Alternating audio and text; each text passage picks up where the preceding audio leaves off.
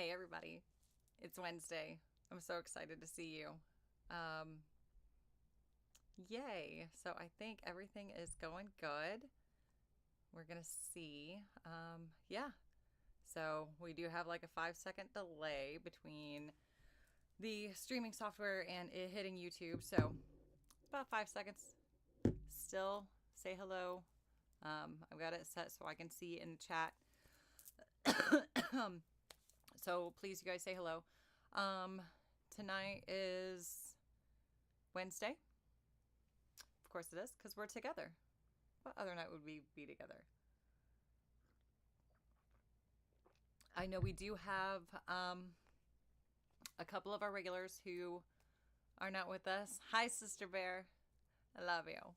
I love you, love you. Um, so, yes, a couple of our regulars. Hello, hello, my daughter.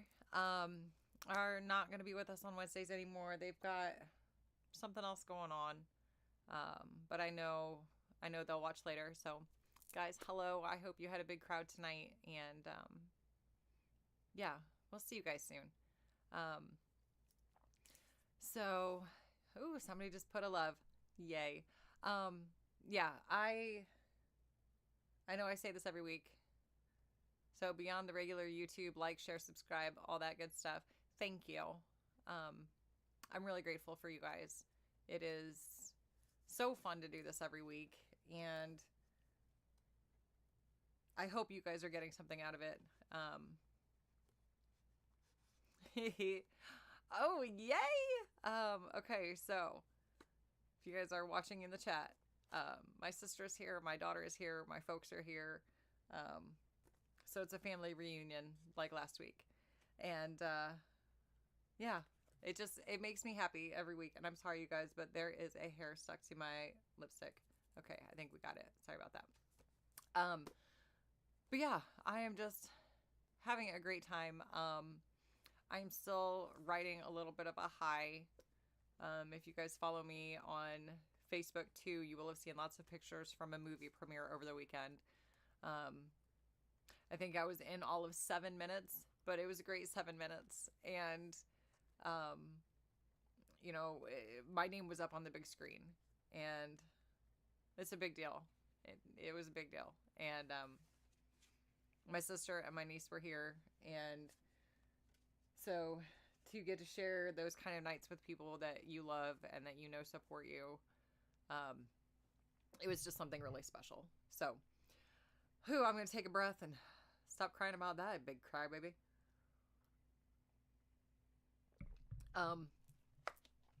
We are down to our last story in Fairies and Sea Folks. And I know last week I told you guys I was going to try to redo that story. I just can't. I'm really, really sorry. It's just going to be it would be a mess, and it would not, um, I want to give you guys better than that. So that is a story. I don't remember what it's called.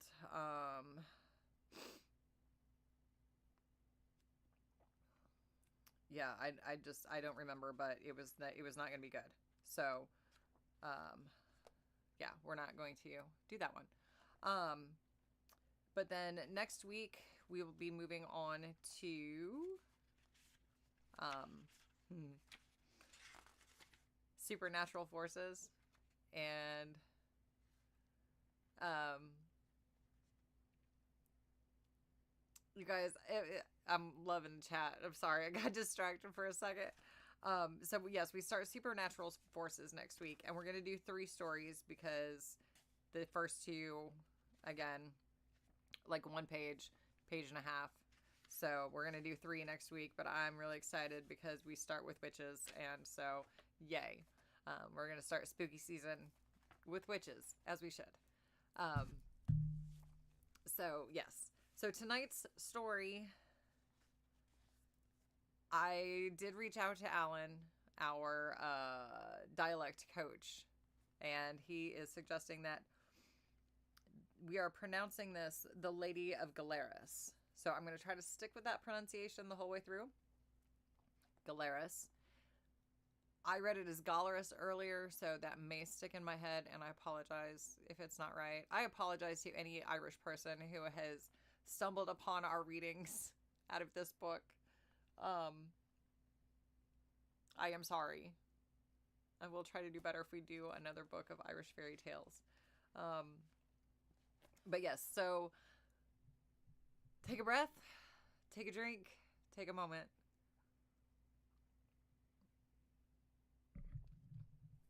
And we'll get going with The Lady of Gollerus. On the shore of Smerwick Harbor, one fine summer's morning, just at daybreak, stood Dick Fitzgerald, shoving the Dundee, which may be translated, smoking his pipe. The sun was gradually rising behind the lofty Brandon, the dark sea was getting green in the light, and the mists clearing away out of the valleys went rolling and curling like the smoke from the corner of Dick's mouth. "'Tis just the pattern of a pretty morning," said Dick, taking the pipe from between his lips and looking toward the distant ocean, which lay as still and tranquil as a tomb of polished marble. "Well, to be sure," continued he after a pause, "'tis mighty lonesome to be talking to oneself by way of company, and not to have another soul to answer one. Nothing but the child of one's own voice, the echo. I know this, that if I had the luck, or maybe the misfortune," said Dick with a melancholy smile, "to have the woman, it would not be this way with me. And what in the wide world is a man without a wife? He is no more surely than a bottle without a drop of drink in it, or dancing without music, or the left leg of a scissors, or a fishing line without a hook, or any other matter that is no ways complete. Is it not so?" said Dick Fitzgerald, casting his eyes toward a rock upon the strand, which, though it could not speak, stood up as firm and looked as bold as ever Carrie Witness did. But what was his astonishment at beholding, just at the foot of that rock, a beautiful young creature combing her hair, which was of a sea-green color, and now the salt water shining upon it appeared, in the morning light, like melted butter upon cabbage. I can picture that. Can you picture that? Melting butter upon cabbage. Dick guessed at once that she was a Merrow, although he had never seen one before, for he spied the Cullageen Druth, or little enchanted cap, which the sea people use for diving down into the ocean, lying upon the strand near her, and had he heard that, if once he could possess himself of the cap, she would lose the power of going away into the water. So he seized it with all speed, and she, hearing the noise, turned her head about as natural as any Christian. When the Merrow saw that her little diving cap was gone, the salt tears, doubly salt, no doubt, from her, came trickling down her cheeks, and she began a low, mournful cry with just the tender voice of a newborn infant. Dick, although he knew well enough what she was crying for, determined to keep the little cap, let her cry never so much, to see what luck would come out of it. Yet he could not help pitying her. And when the dumb thing looked up in his face, with her cheeks all moist with tears, 'twas enough to make anyone feel, let alone Dick, who had ever and always, like most of his countrymen, a mighty tender heart of his own. "Don't cry, my darling," said Dick Fitzgerald, but the Merrow, like any bold child, only cried the more for that. Dick sat himself down at her side, and took hold of her hands by way of comforting her. 'Twas in no particular an ugly hand, but there was a small web between the fingers, as there is in a duck's foot, but 'twas as thin and white as the skin between egg and shell. "What's your name, my darling?" said Dick, thinking to make her conversant with him, but he got no answer, and he was certain sure now, either that she could not speak or did not understand him. He therefore squeezed her hand in his, as the only way he had of talking to her. It's the universal language, and there's not a woman in the world, be she fish or lady, that does not understand it. The Merrow did not seem much displeased at this mode of conversation, and making an end of all of her whining all at once. "Man," says she, looking up in Dick Fitzgerald's face, "man, will you eat me?" By all the red petticoats and check aprons between Dingle and Tray Lee, cried Dick, jumping up in amazement. I'd as soon eat myself, my jewel. Is it I eat you, my pet? Now, 'twas some ugly, ill-looking thief of a fish put that notion into your own pretty head, with the nice green hair down upon it, that is so cleanly combed out this morning. Man, said the Marrow, what will you do with me if you won't eat me? Dick's thoughts were running on a wife. He saw at the first glimpse that she was handsome, but since she spoke, and spoke too like any real woman, he was fairly in love with her. 'Twas the neat way she called him man that settled the matter entirely. Fish, says Dick, trying to speak to her after her own short fashion. Fish, says he. Here's my word, fresh and fasting, for you this blessed morning. That I'll make you Mistress Fitzgerald before all the world, and that's what I'll do. Never say the word twice, says she. I'm ready and willing to be yours, Master Fitzgerald. But stop, if you please, till I twist up my hair. It was some time before she had it settled entirely to her liking, for she guessed, I suppose, that she was going among strangers, where she would be looked at. When that was done, the Marrow put the comb in her pocket, and then bent down her head and whispered some words to the water that was close to the foot of the rock. Dick saw the murmur of the words upon the top of the sea, going out toward the wide ocean, just like the breath of wind rippling along, and says he in the greatest wonder, Is it speaking to you, my darling?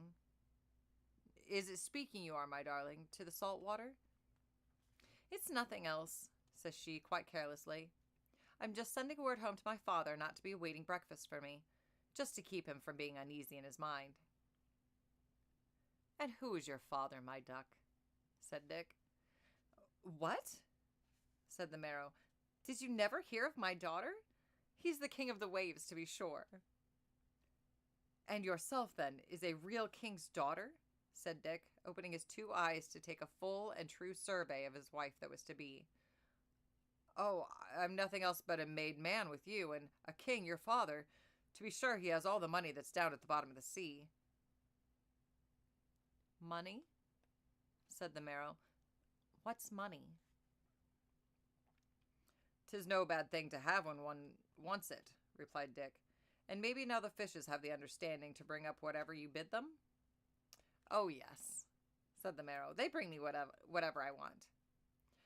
To speak the truth, then, said Dick, 'tis a straw bed I have at home before you, and that, I'm thinking, is no ways fitting for a king's daughter. So, if 'twould not be displeasing to you, just to mention a fine feather bed with a pair of new blankets. But what am I talking about? Maybe you have not such things as beds down under the water. By all means, says she. Mr. Fitzgerald, plenty of beds at your service. I've 14 oyster beds of my own, not to mention one just planting for the rearing of the young ones. You have?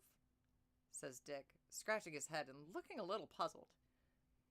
'Tis a feather bed I was speaking of, but clearly yours is the very cut of a decent plan to have bed and supper so handy to each other, that a person, when they'd have the one, need never ask for the other.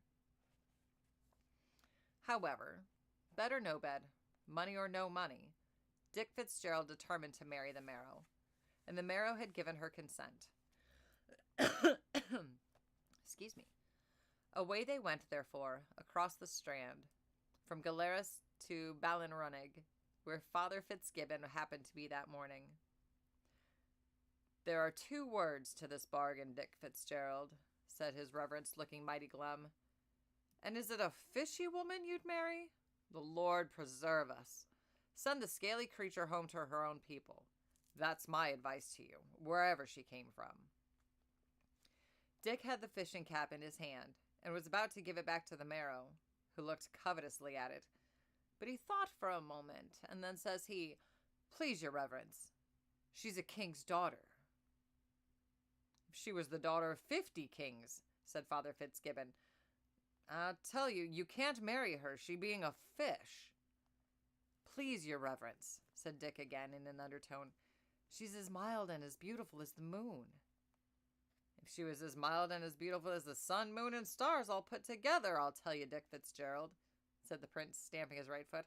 "You can't marry her, she bein' a fish." "But she has all the gold that's down in the sea only for the asking, and I'm a made man if I marry her, and," said Dick, looking up slyly, "I can make it worth anyone's while to do the job." "Oh, well, that alters the case entirely," replied the priest. "Why, there's some reason now in what you say. Why didn't you tell me this before? Marry her by all means, if she was 10 times a fish.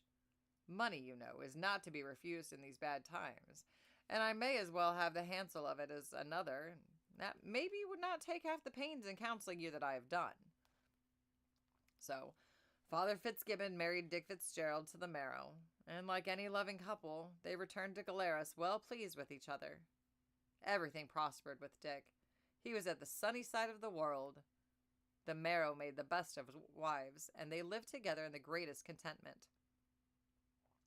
It was wonderful to see, considering where she'd been brought up, how she would busy herself about the house, and how well she nursed the children, for at the end of 3 years there were as many young Fitzgeralds, 2 boys and a girl. Oh my.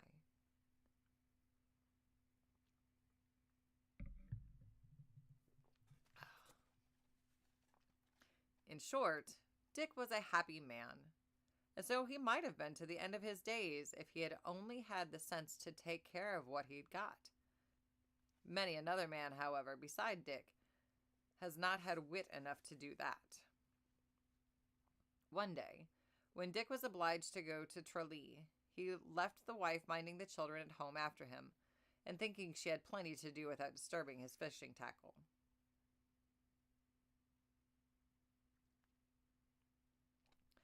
Dick was no sooner gone than Mrs. Fitzgerald set about cleaning up the house, and chancing to pull down a fishing net, what should she find behind it in a hole in the wall but her own fishing cap? She took it out and looked at it, and then she thought of her father the king, and her mother the queen, and her brothers and sisters. She felt a longing to go back to them. She sat down on a little stool and thought over the happy days she had spent under the sea. Then she looked at her children and thought on the love and affection of poor Dick, and how it would break his heart to lose her. "But," says she, "he won't lose me entirely, for I'll come back to him again, and who can blame me for going to see my father and my mother after being so long away from them?" She got up and went towards the door, but came back again to look once more at the child that was sleeping in the cradle. She kissed it gently, and as she kissed it, a tear trembled for an instant in her eye and then fell on its rosy cheek. She wiped away the tear, and turning to the eldest little girl, told her to take good care of her brothers, and to be a good child herself until she came back. The Marrow then went down to the strand. The sea was lying calm and smooth, just heaving and glittering in the sun, and she thought she heard a faint, sweet singing, inviting her to come down. All her old ideas and feelings came flooding over her mind. Dick and her children were at the instant forgotten, and placing the cap on her head, she plunged in. Dick came home in the evening, and missing his wife, he asked Kathleen, his little girl, what had become of her mother, but she could not tell him. He then inquired of the neighbors, and he learned that she was seen going towards the strand with a strange little thing like a cocked hat in her hand. He returned to his cabin to search for the cap. It was gone, and the truth now flashed upon him. Year after year did Dick Fitzgerald wait, expecting the return of his wife, but he never saw her again. Dick never remarried, always thinking that the Marrow would sooner or later return to him, and nothing could ever persuade him but that her father, the king, had kept her below by main force. For, said Dick, she surely would not of herself gave up her husband and her children. While she was with him, she was so good a wife in every respect that to this day she is spoken of in the tradition of the country as the pattern for one, under the name of the Lady of Gollerus. Oh, mermaids. Can't trust them. Just can't trust them. Well, guys, that is the end of the story for tonight. It was really short.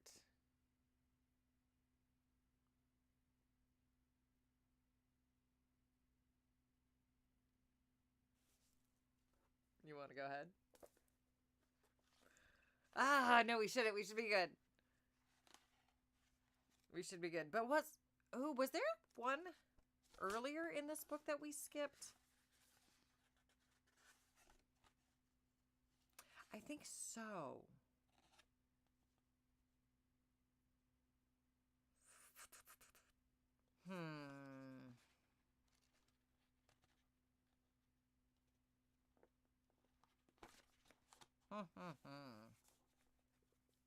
Maybe not. But I feel like maybe. Does anybody remember?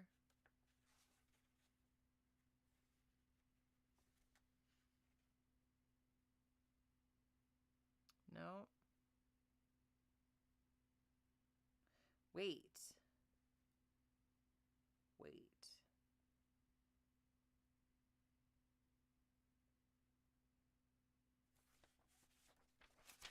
Sorry, guys. Thanks, baby girl. I've got myself all confused. I have been confused all day. I have been so to the left of center.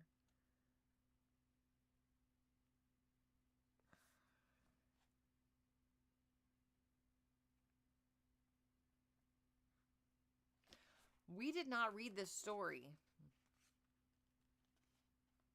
But why did we not read this story?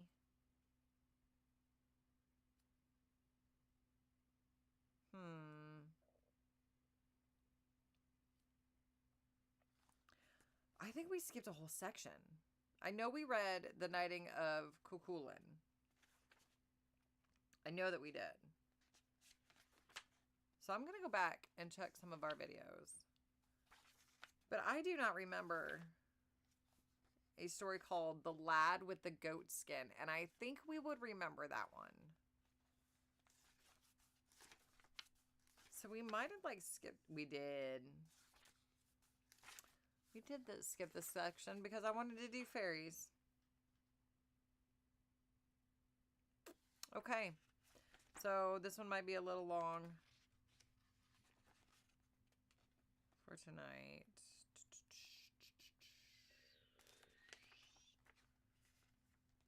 So, okay. I guess we've got more of this book before we start Nathaniel Hawthorne. We've got a few more stories here. We've got all of our supernatural forces. But maybe that's why I skipped. If anyone remembers.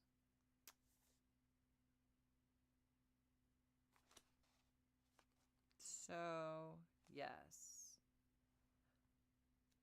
Ooh. Oh, yeah, we have to read some of these. That looked like something. You guys are getting the ramble tonight.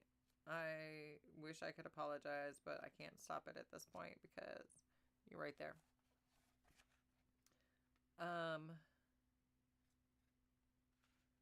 Okay, there's a short one in our Heroes and Giants.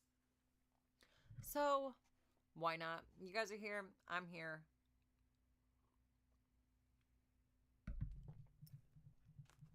We can do a second story.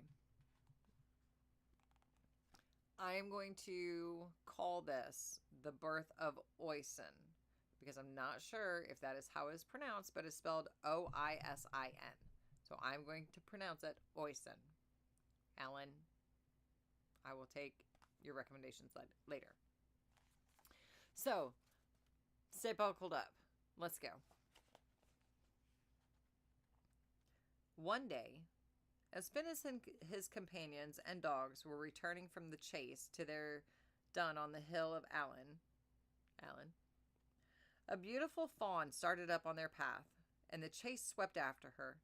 She started taking the way which led to their home. Soon, all the pursuers were left far behind, save only Finn himself and his two hounds, Bran and Skiolan. Now these hounds were of strange breed, for Tyrene, sister to Myrna, the mother of Finn, had been changed into a hound by the enchantment of a woman of the fairy folk. Oh, who loved Tyron's husband Olin, and the two hounds of Finn were the children of Tyron, born to her in that shape. Of all hounds in Ireland, they were the best, and Finn loved them much, so that it was said he wept but twice in his life, and once was for the death of Bran. At last, as the chase went down on Valley Side, Finn saw the fawn stop and lie down, while the two hounds began to play round her and to lick her face and limbs. So he gave the commandment that none should hurt her, and she followed them to the Dun of Allen, playing with the hounds as she went. The same night, Finn awoke and saw standing by his bed the fairest... It's another fairy! The fairest woman his eyes had ever beheld. "I am Saba, O Finn," she said, "and I was the fawn ye chased today. Because I would not give my love to the druid of the fairy folk, who is named the Dark, he put that shape upon me by his sorceries, and I have borne it these 3 years. But a slave of his, pitying me, once revealed to me that if I could win to thy great Dun of Allen, O Finn, I should be safe from all enchantments, and my natural shape would come to me again. But I feared to be torn to pieces by thy dogs, or wounded by thy hunters, till at last I let myself be overtaken by thee alone, and by Bran and Sciolin, who have the nature of man, and would do me no hurt." "Have no fear, maiden," said Finn. "We, the Fianna, are free, and our guest friends are free. There is none who shall put compulsion on you here." So Saba dwelt with Finn, and he made her his wife. And so deep was his love for her that neither the battle nor the chase had any delight for him, and for months he never left her side. She also loved him as deeply, and their joy in each other was like that of the immortals of the land of youth. But at last word came to Finn that the warships of the Northmen were in the Bay of Dublin, and he summoned his heroes to the fight, "For," said he to Saba, "the men of Erin give us tribute and hospitality to defend them from the foreigner, and it were shame to take it from them and not to give that to which we, on our side, are pledged." And he called to mind that great saying of Gul MacMorna, when they were once sore bested by a mighty host. "A man," said Gul, "lives after his life, but not after his honor."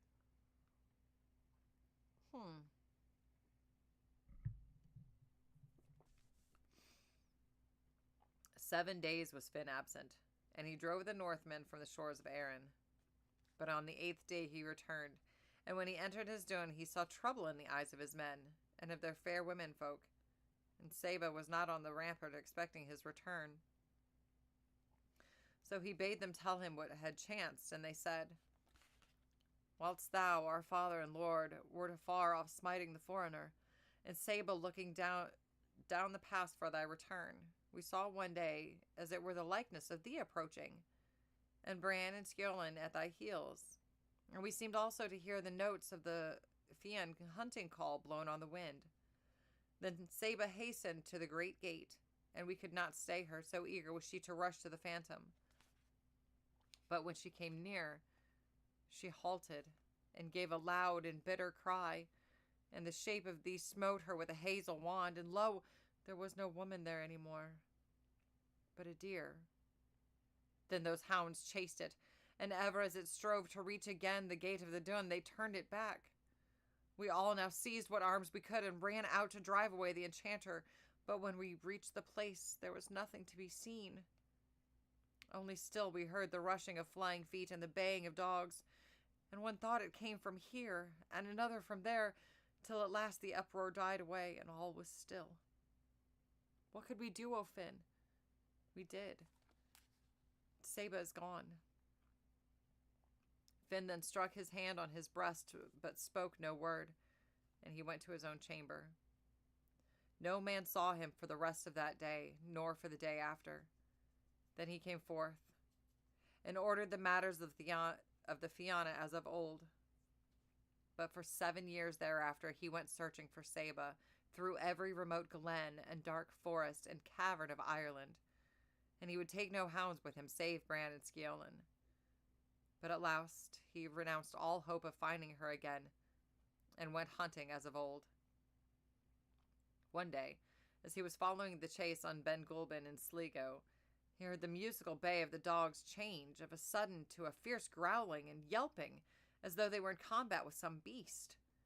And running hastily up, he and his men beheld under a great tree a naked boy with long hair, and around him the hounds struggling to seize him, but Bran and Sciolin fighting with them and keeping them off. And the lad was tall and shapely, and as the heroes gathered round, he gazed undauntedly on them, never heeding the rout of dogs at his feet. The fiends beat off the dogs and brought the lad home with them. And Finn was very silent and continually searched the lad's countenance with his eyes. In time, the use of speech came to him, and the story that he told was this. Sorry, guys. I'm feeling ahead.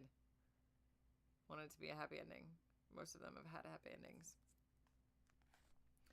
He had known no father, and no mother save a gentle hind, with whom he lived in a most green and pleasant valley, shut in on every side by towering cliffs that could not be scaled, or by deep chasms in the earth. In the summer he lived on fruits and such like, and in the winter store of provisions was laid for him in a cave. And there came to them sometimes a tall, dark-visaged man, who spoke to his mother, now tenderly, and now in a loud menace. But she always shrunk away in fear, and the man departed in anger. At last there came a day when the dark man spoke very long with his mother, in all tones of entreaty and of tenderness and of rage. But she would still keep aloof, and gave no sign save of fear and abhorrence. Then, at last, the dark man drew near and smote her with a hazel wand, and with that he turned and went his way. But she this time followed him, still looking back at her son and piteously complaining.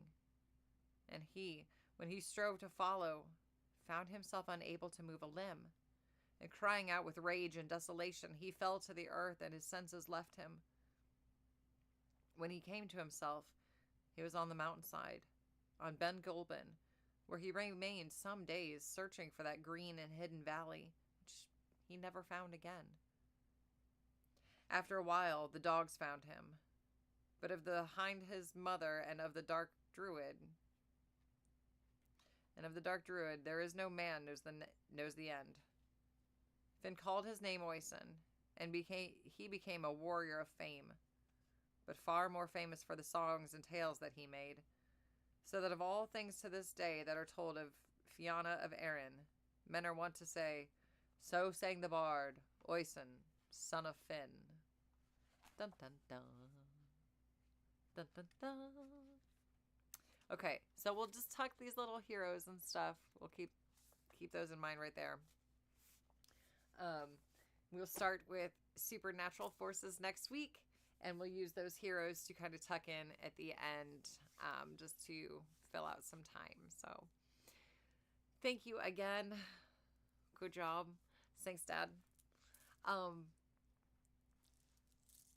Sorry. I love when my dad's here. So yes, thank you for spending your Wednesdays with me, or your Thursday morning, or your Saturday afternoon. I don't know when you're watching it. I know who's watching it now. I love you guys. Thank you for supporting the channel. Keep coming with books, story ideas. Oh, I wanted to ask you guys how you feel about possibly just choosing one standard thumbnail for all of the stories on this particular channel. I still am thinking about doing the second channel, doing a third channel. I want to do a second one for the twins. So, also anybody else who has littles. So we're probably going to start finding some children's books. Not necessarily chapter books, but we may do Reading Rainbow style, which would be fun.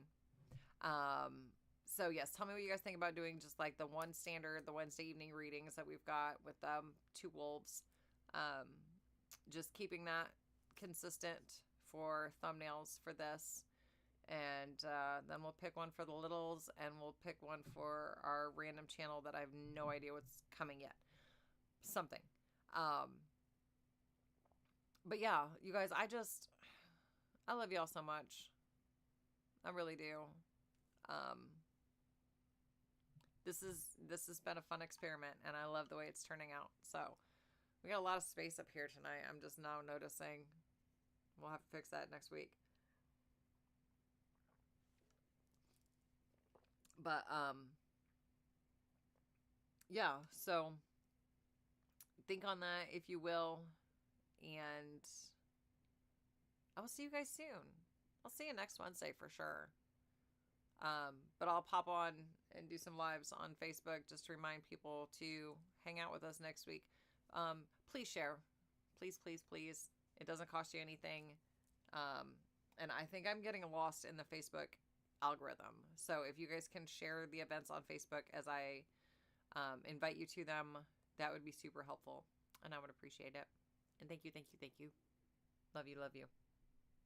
Bye.